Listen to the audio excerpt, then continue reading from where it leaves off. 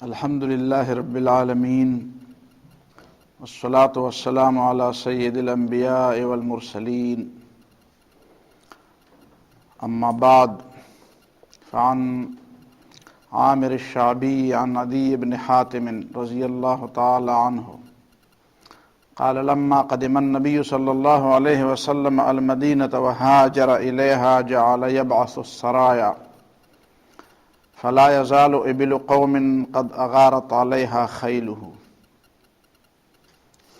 فلما رأيت ذلك قلت والله لو خلفت أجمالا من إبلي فكانت تكون قريبا فوالله ما شعرت ذات يوم إذ راعي الإبل قد جاء يعدو بعصاه. یہ ایک لمبی حدیث ہے جسے امام طبری نے الاخبار الطوال میں نقل کیا ہے. امام طبری مشہور مفسر، محدث، مورخ، بلکہ مفسرین کے امام ہیں اور مورخین کے امام ہیں. تو انہوں نے الاخبار الطوال کے نام سے ایک کتاب لکھی ہے کہ جس میں لمبی لمبی حدیثیں ذکر کی گئی ہیں. ان حدیث سے ایک حدیث میں آپ کے سامنے آج پیش کروں گا. یہ حضرت عدی بن حاتم الطائی کے اسلام کے بارے میں ہے. حاتم طائی مشہور شخصیت تھے. یمن کے قریب جو طوئی قبیلے کا علاقہ تھا اسی کے سردار تھے، اور انہوں نے سخاوت میں بڑی شہرت پائی، حتیٰ کہ ہمارے ہاں بھی وہ سخاوت میں ضرب المثل ہیں. طوے ان کے قبیلے کا نام تھا اور وہ مذہباً وہ نصرانی تھے. نبی صلی اللہ علیہ وسلم کی دعوت سے پہلے اور نبوت سے پہلے وہ دنیا سے جا چکے تھے، اور ان کا بیٹا عدی بن حاتم اپنا قصہ سناتا ہے. تو آئیے آج اس کا قصہ سنتے ہیں کہ وہ کیسے اسلام لے آئے اور نبی صلی اللہ علیہ وسلم کو انہوں نے کیسے دیکھا اور کیسے وہ متاثر ہوئے. وہ بیان کرتے ہیں کہ لما قدم النبی صلی اللہ علیہ وسلم المدینہ، جب نبی صلی اللہ علیہ وسلم مکے سے مدینہ منورہ ہجرت کر چکے، جعل وہاجر الیہا جعل یبعث السرایا، تو نبی صلی اللہ علیہ وسلم مدینے کے تحفظ کے لیے، مدینے کی حفاظت کے لیے مختلف اطراف میں سریے اور جنگی مہمیں بیچتے تھے. جنگی مہموں کے دو مقاصد تھے. ایک تو زیادہ سے زیادہ لوگوں کو اپنا حلیف اور وفادار بنانا تھا، اور دوسرا مقصد ان قبائل میں ایمان اور اسلام کی دعوت پھیلانا تھا. فلا يزال ابل قوم قد اغارت علیہا خیلہ، اور کبھی ایسا بھی ہوتا تھا کہ نبی صلی اللہ علیہ وسلم کو اطلاع ملتی تھی کہ فلان قبیلہ مدینے پر حملہ آور ہونے کا ارادہ رکھتا ہے، تو نبی صلی اللہ علیہ وسلم کو یہ خبریں پہنچتی رہتی تھی. نبی صلی اللہ علیہ وسلم نے ایسا انتظام کیا تھا، وہ ایسے غافل نہیں تھے. تو جن قوموں کے بارے میں ان کو معلوم ہوتا تھا کہ وہ مدینے پر حملہ آور ہونے کا ارادہ رکھتی ہے، تو نبی صلی اللہ علیہ وسلم ان کی تیاری سے پہلے ان کو جا لیتے تھے. فلا يزال ابل قوم قد اغارت علیہا خیلہ، ایسا ہوتا تھا کہ نبی صلی اللہ علیہ وسلم کے سوار کسی علاقے پر حملہ آور ہوتے تھے، اور اسی لیے حملہ آور ہوتے تھے کہ ان سے حملے کا خطرہ تھا یا انہوں نے حملے کا منصوبہ بنایا تھا. فلما رأيت ذلك، جب مجھے ان معاملات کا پتہ چلا کہ ہمارے قبیلے میں بھی شاید حملہ ہو سکتا ہے، ایک وقت ایسا بھی آ سکتا ہے ہمارا قبیلہ بھی نبی صلی اللہ علیہ وسلم کے شاہ سواروں کی ضد میں آئے، قلت واللہ لو خلفت اجمالا من ابلی، میں نے اپنے دل میں کہا کہ یہ کیسا منظر ہوگا کہ میرے اونٹوں پر حملہ کیا جائے اور میرے اونٹ مجھ سے لیے جائیں، یہ تو میری بڑی قیمتی اثاثہ ہے. فکانت تکون قریبا، میرا اندازہ تھا اور وہ وقت بہت قریب آنے والا تھا، جس طرح میرے ذہن میں خیال آیا اسی طرح ہی تھا. فواللہ ما شعرت ذات یوم، مجھے پتہ ہی نہیں چلا اللہ کی قسم، ازراع الابل قد جاء یعدو بعصاہ، کہ میرے اونٹوں کا چرانے والا جو چرواہا تھا وہ دوڑتا ہوا اپنی لاٹھی گھماتا ہوا میرے پاس آیا۔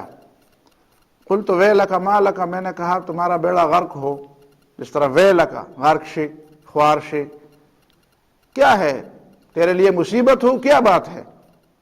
قال اغیر واللہ علی النعوم، ہمارے چوپایوں پر حملہ ہوا۔ ظاہر ہے کہ جس علاقے پر حملہ ہوتا ہے تو اموال اور ساری چیزیں زد میں آتی ہیں۔ قلت من اغار علیہا، میں نے کہا کس نے حملہ کیا؟ قال خیل محمد، محمد کے سپاہیوں نے اور محمد صلی اللہ علیہ وسلم کے شاہ سواروں نے حملہ کیا۔ خیل شاہ سوار، گھوڑ سوار۔ قلت لنفسی، میں نے اپنے دل میں کہا ھذا الذی کنت احذر، یہ تو وہی بات ہے جس سے تو میں ڈرتا تھا۔ فوصبت ارحل اجمالی انجو باہلی، میں نے چھلانگ لگائی، یعنی جلدی جلدی کر کے میں اپنا سامان لپیٹنا شروع کر دیا اور اپنے بچوں کو تیار کرنا شروع کر دیا کہ نکلتے ہیں یہاں سے۔ وکنت نصرانیا، میں عیسائی تھا۔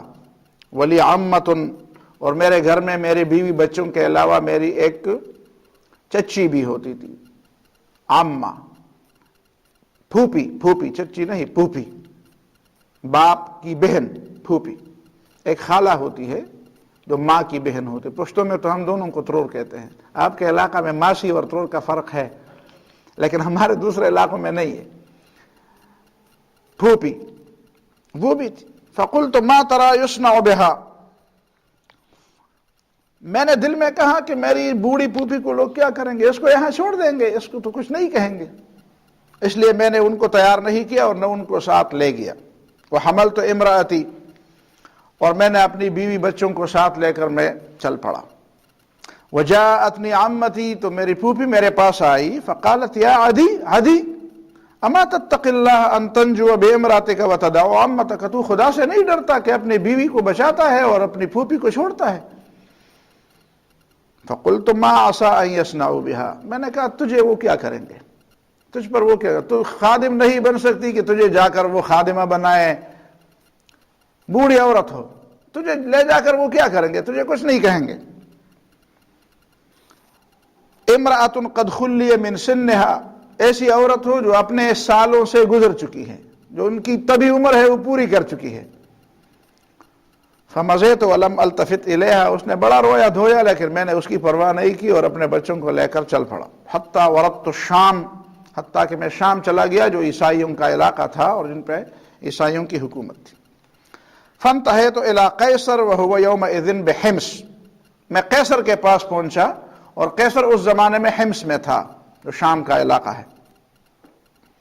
فقلت انی رجل من العرب وانا علی دینک، قیصر سے ملتے ہوئے میں نے اسے کہا میں ایک عربی شخص ہوں، وانا علی دینک، اور میں تمہارے دین پر ہوں، میرا تمہارا دین ایک ہے، ہم دونوں نصرانی۔ وان ھذا الرجل لا يتناولنا، اور یہ شخص نبی صلی اللہ علیہ وسلم کی طرف اشارہ کر کے یہ ہمارے اوپر حملے کرتا ہے اور ہمیں اپنے دین میں لانا چاہتا ہے۔ فکان المفر الیک، تو تیرے پاس بھاگنے کے سوا مجھے کوئی راستہ نظر نہیں آیا، چارہ نہیں تھا کوئی۔ قال اذهب فانزل مکان کذا وکذا، تو قیصر نے مجھے کہا چلو فلان جگہ پہ رہتے رہو، وہ مکان تمہیں الاٹ کیا جاتا ہے، سرکاری مکان ہوتا، وہ مجھے دے دیا۔ حتی نرا من رائے، کا بعد میں دیکھیں گے کہ تمہارے بارے میں کیا فیصلہ ہوتا ہے۔ فذهبت ونزلت المکان الذی قال لی، میں چلا اور بچوں کے ساتھ اس مکان میں رہنے لگا جس کے بارے میں قیصر نے مجھے بتایا تھا۔ فکنت بہ حینا، کچھ دور تک میں وہاں پہ رہتا تھا۔ فبین انا ذات یوم اذ انا بزعینۃ متوجہۃ الینا، اچانک ایک دن میں نے دیکھا کہ ایک عورت اونٹنی پر سوار ہو کے ہماری طرف آ رہی ہے۔ حتی انتہت الی بیوتنا، حتیٰ کہ ہمارے گھروں پہ پہنچ گئی۔ فاذا ہی عمتی، میں نے دیکھا تو وہی میری پھوپھی تھی۔ فقالت یا عدی اما اتقیت اللہ ان تنجو بامرأتک وترکت عمتک، پہلی بات اس نے مجھے یہ کہی کہ عدی تمہیں خدا کا ڈر نہیں لگتا تھا کہ تم نے اپنی پھوپھی کو چھوڑا اور اپنے بچوں کو بھگا کے لے آیا؟ قلت قد كان ذلك فأخبرينا ما كان بعد، کہتے ہیں میں نے اسے کہا کہ یہ جواب تو میں نے پہلے دے دیا تھا، اب مجھے بتاؤ مسئلہ کیا ہوا ہے، اب یہ کیسے پہنچی ہو اور بات کیا ہوئی ہمارے جانے کے بعد۔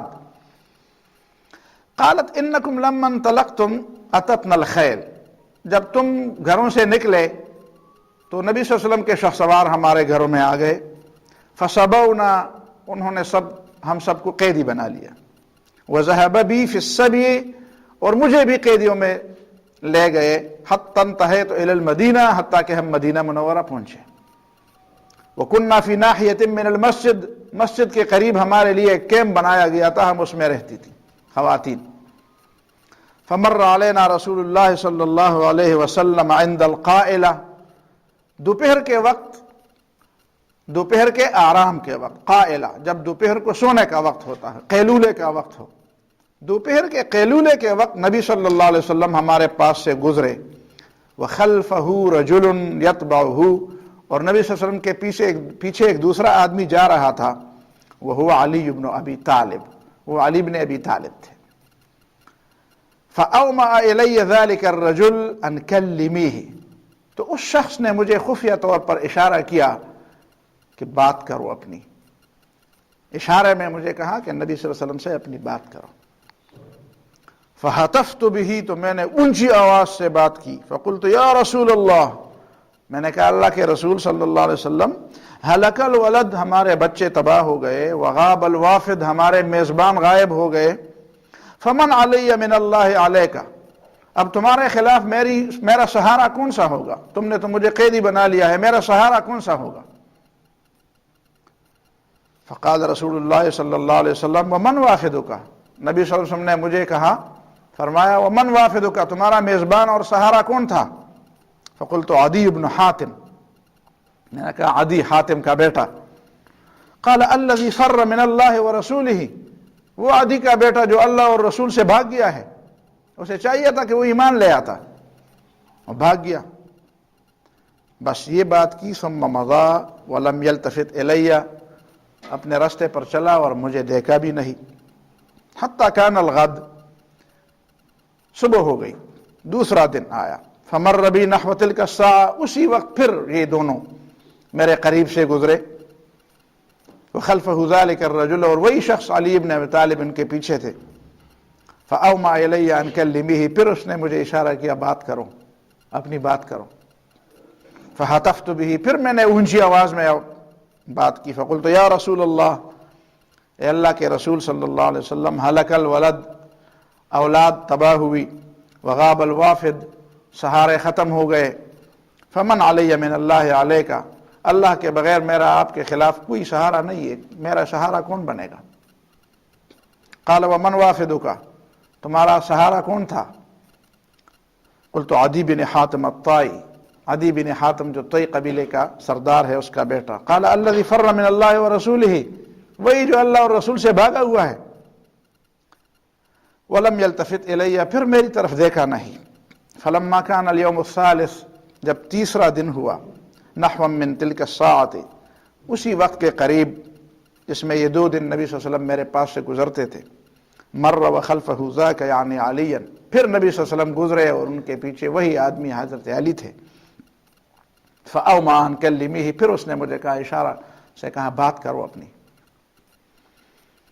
فاومأت الیہ بیدی، میں نے نبی صلی اللہ علیہ وسلم سے اپنے ہاتھ سے اشارہ کیا کہ ذرا رکیے، نہیں، حضرت علی کی طرف میں نے اشارہ کیا، ان قد کلمتہ مرتین، میں نے ہاتھ سے اشارہ کیا، دو دفعہ تو میں نے بات کی، بات کا کوئی نتیجہ تو نہیں نکلا، تو اب کیا بات؟ فاومأ کلمی ایذن، اس نے پھر اشارہ کیا، پھر بات کرو۔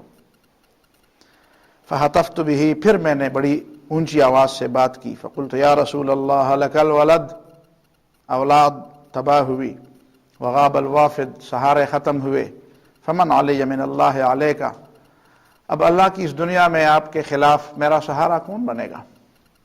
یعنی میری بات، میرا سہارا کون؟ آپ تو مجھے قید کرنے والے ہیں، تو اللہ کی اس دنیا میں میرا کون سا سہارا بنے گا؟ قال ومن وافدک، تمہارا سہارا کون تھا؟ قلت عدی بن حاتم۔ قال الذی فر من اللہ ورسولہ، وہی جو اللہ اور رسول سے بھاگا ہوا ہے۔ ثم قال، پھر کچھ دیر بعد فرمایا، اذهبی فانت حرۃ لوجہ اللہ عز وجل، جاؤ تم اللہ کی رضا کے لیے آزاد ہو، جہاں جانا چاہتے ہو جاؤ۔ فاذا وجدت احدا یاتی اہلک فاخبرینی نحملک الی اہلک، جب تمہیں کوئی ایسا شخص ملے جو تجھے اپنے علاقے میں اور اپنے خاندان کے لوگوں کے پاس پہنچائے تو مجھے بتاؤ، ہم تمہیں ان کے ساتھ کر دیں گے اور بھیج دیں گے۔ قالت، تو اس عورت نے کہا، فانطلقت فاذا انا برفقۃ من تنوخ يحملون الزیت، میں ادھر ادھر دیکھتی رہی، تنوخ قبیلے کے کچھ لوگ تھے جو تیل بیچنے کے لیے مدینے آئے ہوئے تھے، میں نے ان کو پہچان لیا۔ فباعوا زیتهم وهم يرجعون، انہوں نے اپنا تیل بیچا مدینے میں اور پھر واپس جانا چاہتے تھے۔ فحملنی علی هذا الجمل وزودنی، تو رسول اللہ صلی اللہ علیہ وسلم نے مجھے یہ اونٹ بھی دے دیا اور مجھے توشہ بھی دے دیا، سفر کا سامان زاد راہ بھی دے دیا اور ان کے ساتھ کر کے آپ تک پہنچا دیا۔ قال عدی نے کہا، ثم قالت لی عمتی، میری پھوپھی نے مجھے کہا، انت رجل احمق، تو بے وقوف آدمی ہے، تو بے وقوف آدمی ہے۔ انت قد غلبک علی شرفک من قومک من لیس مثلک، تمہاری قوم کے وہ لوگ اس شرافت کو پا چکے ہیں جو تیری طرح نہیں ہے، ان لوگوں نے اسلام قبول کیا ہے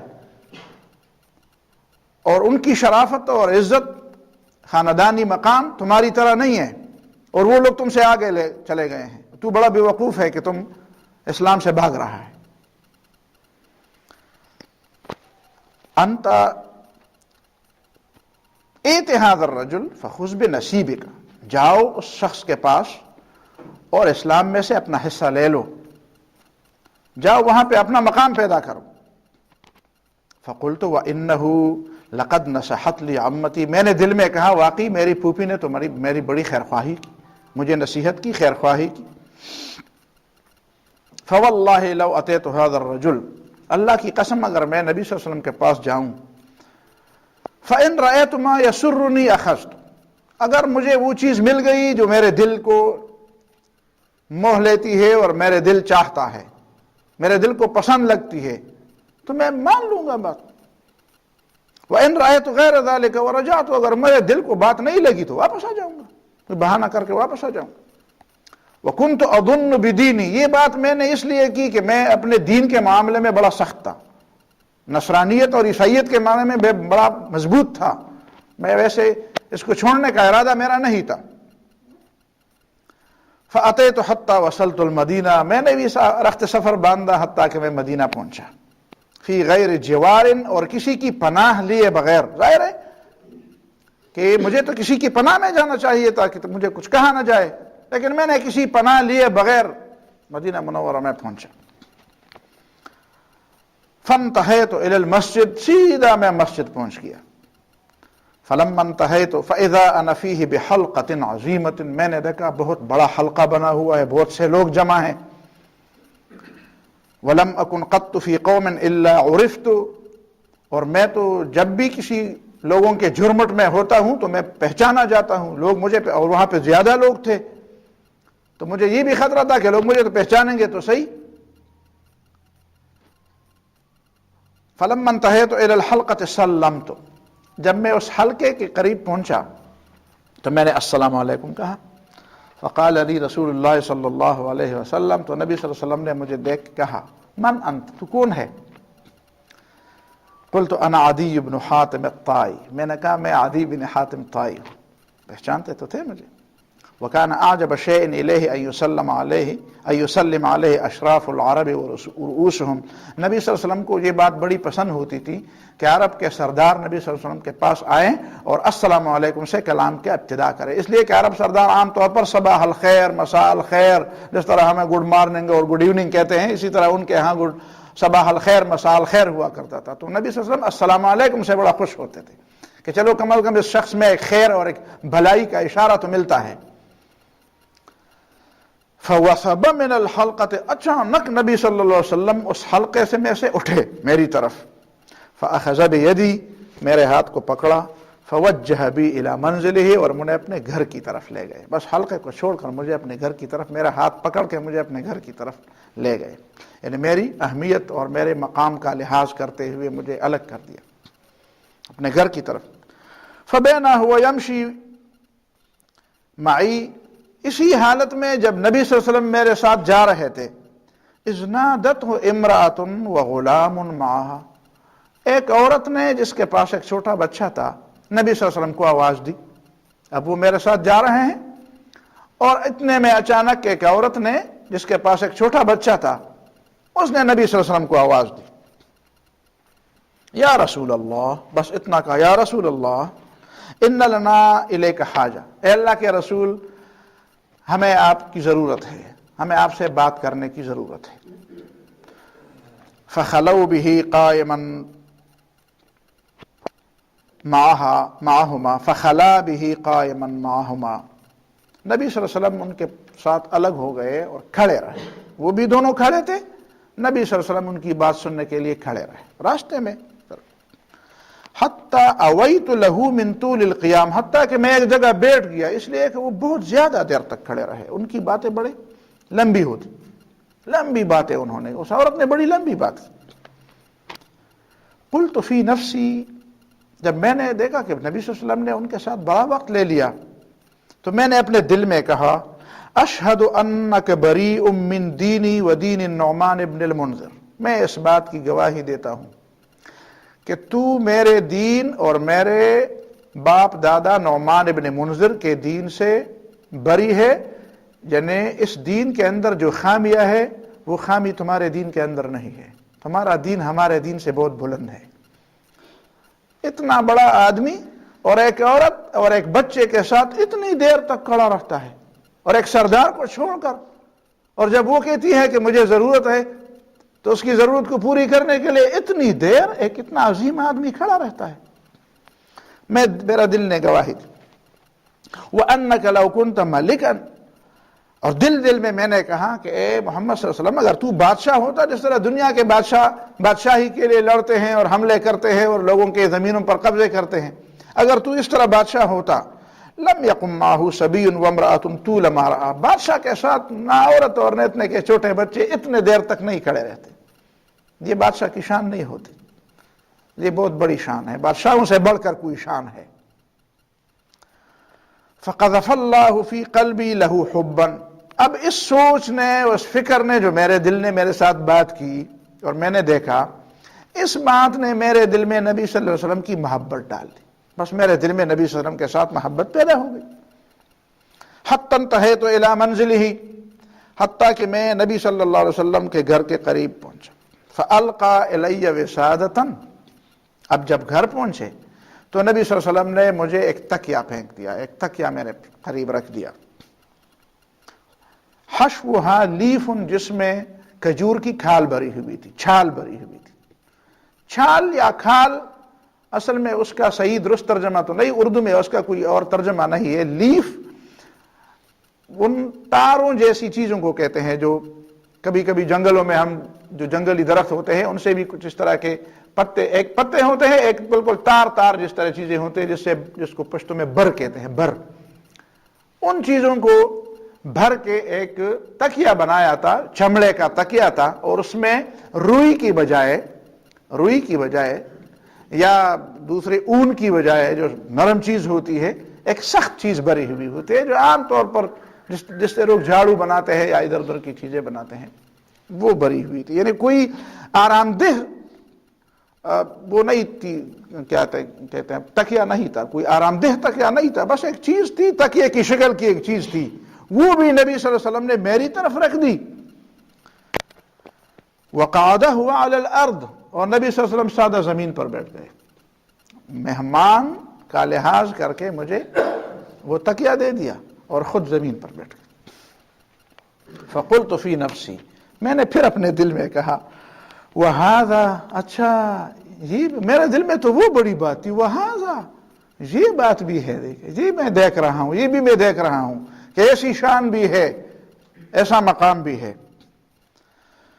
ثم قال لی، پھر نبی صلی اللہ علیہ وسلم نے مجھے کہا، ما افردک من المسلمین، مسلمانوں سے کس بات نے تمہیں الگ کیا ہے؟ الا انک سمعتهم یقولون لا الہ الا اللہ، صرف اس بات نے تمہیں الگ کر دیا کہ تم نے سنا کہ مسلمان لا الہ الا اللہ کہتے ہیں. تو وَهَلْ مِنْ إِلَٰهٍ إِلَّا اللَّهُ، کیا اللہ کے بغیر کوئی خدا ہے؟ وَمَا أَفْرَدَكَ مِنَ الْمُسْلِمِينَ إِلَّا أَنَّكَ سَمِعْتَهُمْ يَقُولُونَ اللَّهُ أَكْبَرُ، اور کس بات نے تمہیں مسلمانوں سے الگ کیا ہے سوائے اس کے کہ مسلمان کہتے ہیں کہ اللہ بہت بڑا ہے، سب سے بڑا ہے۔ فَهَلْ تَعْلَمُ شَيْئًا هُوَ أَكْبَرُ مِنَ اللَّهِ عَزَّ وَجَلَّ، کیا تمہیں پتہ ہے کہ اللہ تعالیٰ سے بھی بڑھ کر کوئی چیز ہے، اللہ تعالیٰ سے بھی کوئی بڑا ہے؟ فَلَمْ يَزَلْ، تو نبی صلی اللہ علیہ وسلم اس طرح مجھے سمجھاتے حتیٰ اسلمت، حتیٰ کہ میں نے اسلام کا اعلان کر دیا، میں مسلمان ہوں۔ وَأَذْهَبَ اللَّهُ عَزَّ وَجَلَّ مَا كَانَ فِي قَلْبِي مِنْ حُبِّ النَّصْرَانِيَّةِ، اور میرے دل میں عیسائیت کی جو محبت تھی اللہ تعالیٰ نے اس محبت کو ختم کر دیا۔ فَسَأَلْتُ، تو پھر میں پوچھنے لگا، تو میں نے ایک بات پوچھی، دوسری بات پوچھی، تیسری بات پوچھی، مسلسل میں پوچھتا رہا۔ ان باتوں میں ایک بات میں نے یہ پوچھی، یا رسول اللہ صلی اللہ علیہ وسلم، انا بِأَرْضِ صَيْدٍ، ہم ایک ایسی زمین میں رہتے ہیں جہاں ہم شکار کرتے ہیں، شکار پر گزارا کرتے ہیں، جنگلوں میں شکار کرتے ہیں۔ وَإِنَّ أَحَدَنَا يَرْمِي الصَّيْدَ بِسَهْمِهِ، اور ہم میں سے کوئی شکار کو اپنی تیر سے مار دیتا ہے، لم يقتص اثره ليوم او يومين، لیکن پھر ایک دن دو دن تک اس کو پاتا نہیں ہے، صحرا ہے اور شکار زخمی ہو کر کبھی غائب ہو جاتا ہے، تو ہم ڈھونڈتے کبھی ایک دن لگتا ہے، کبھی دوسرے دن ہمیں وہ شکار مل جاتی ہے۔ ثم يجده ميتا فيها سهمه، پھر وہ اس شکار کو پا لیتا ہے اور وہ اپنے تیر پہچان لیتا ہے کہ وہ تیر اس میں پیوست ہوتا ہے، پتہ چل جاتا ہے کہ میری تیر سے یہ شکار مارا ہوا ہے۔ فَيَأْكُلُهُ، کیا اس کا کھانا جائز ہے؟ قال نعم، نبی صلی اللہ علیہ وسلم نے فرمایا ہاں انشاء، اگر وہ چاہے تو کھا لیتا ہے، اس لیے کہ اس کی تیر سے مرا ہے تو جائز ہے۔ یہ تو وہ پوری روایت تھی جو حضرت علی رضی اللہ تعالیٰ عنہ نے اپنے اسلام کے بارے میں بتائی۔ بس اس میں دو باتیں آپ کی غور و فکر کے لیے میں نے رکھی ہیں، وہ یہ کہ نبی صلی اللہ علیہ وسلم نے اس سے بات کرنے سے پہلے اپنا عمل دکھایا، بات بعد میں ہوئی، اور وہ خود کہتے ہیں کہ میں تقریر یا بات کرنے سے پہلے نبی صلی اللہ علیہ وسلم کے کردار کو دے کر ایمان لے آیا، کردار کو دے کر ایمان لے آیا۔ تو اس میں کوئی شک نہیں کہ اصل چیز کردار ہے۔ اگر زبان پورا جسم زبان کی تکذیب کر رہا ہو تو ایک زبان اس پورے جسم کی تکذیب کا مقابلہ اپنے دلائل سے نہیں کر سکتی، اور زبان کے شور سے جسم کا خاموش آواز وہ زیادہ مؤثر ہوتی ہے، کردار کے خاموش آواز زیادہ مؤثر ہوتی ہے۔ یہ دو باتیں۔ دوسری بات ذہن میں یہ رہنی چاہیے کہ رسول اللہ صلی اللہ علیہ وسلم خواتین کو کتنی اہمیت دیتے تھے، اور ہمارے ہاں جو ہماری روایات ہم نے اسلام کے اندر داخل کر دی ہیں، کہ کچھ ہماری روایات ہیں، ان روایات کا اسلام کے اندر کوئی سند نہیں ہے، اور ان چیزوں کو ہم نے اسلام کا حصہ بنا کے اس کے ساتھ ہم چمٹے ہوئے ہیں۔ اگر اسلام ایک بات کی اجازت دیتا بھی ہے لیکن ہماری روایات اس بات کی اجازت نہیں دیتے، تو ہم روایات کی پابندی تو کرتے ہیں اور الزام اسلام پر ڈالتے ہیں۔ تو دوسری بات اس طرف توجہ ہونی چاہیے۔ یہ تو جملے میں نے اجتماعی طور پر بات کی، اس کی تفصیلات بھی آ سکتی ہیں۔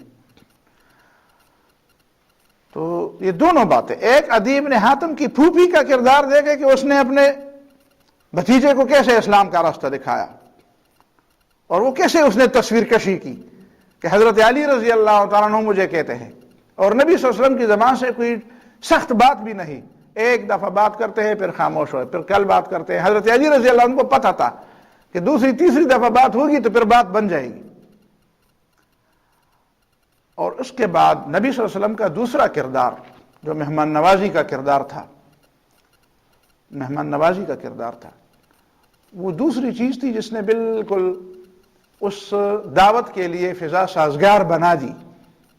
جو نبی صلی اللہ علیہ وسلم جو بات ان کے سامنے کہنا چاہتے تھے، پھر اس کی طرف سے اس نے یہ نہیں کہا کہ میں نے پھر نبی صلی اللہ علیہ وسلم سے کوئی ایسی بات پوچھی تھی کہ اچھا پھر اس کا کیا ہوگا، حالانکہ وہ عیسائی تھا۔